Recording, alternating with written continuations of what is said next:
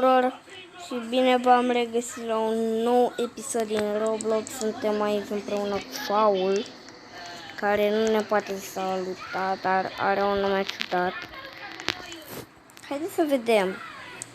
Deci, dacă nu vedem bine, prin întunericul acolo și cazi într-o gaură, Paul, poți să le zici tu?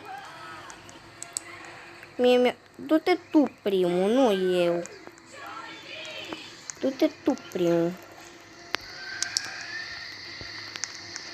Unde te portezi? Aici au fost o grămadă de monstri.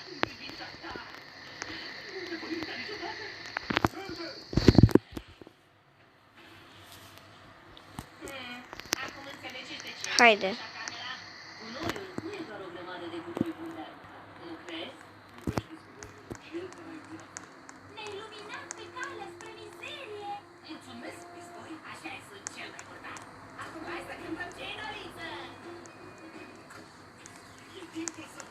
Haide.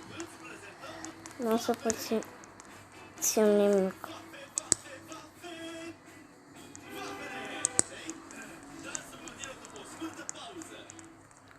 Aici e problema. Vrei să te duci pe acolo?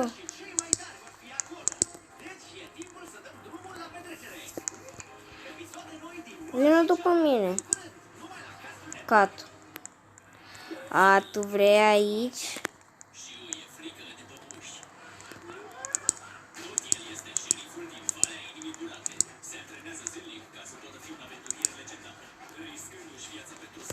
Chiar vrei? Bă, tu ai făcut-o și o fac. What?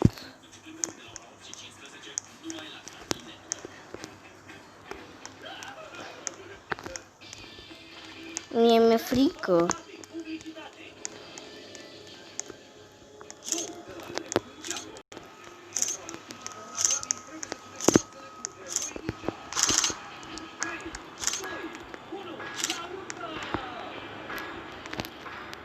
Dar ce faci pe ea? Nu asta.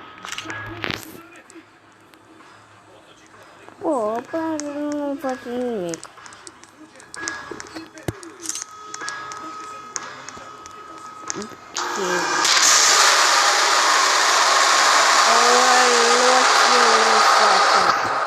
Ăla e cel mai suprem. Dar știu ce joc e ăla de capturez monștri, cum ar fi ăsta. Stați puțin că opresc puțin episodul.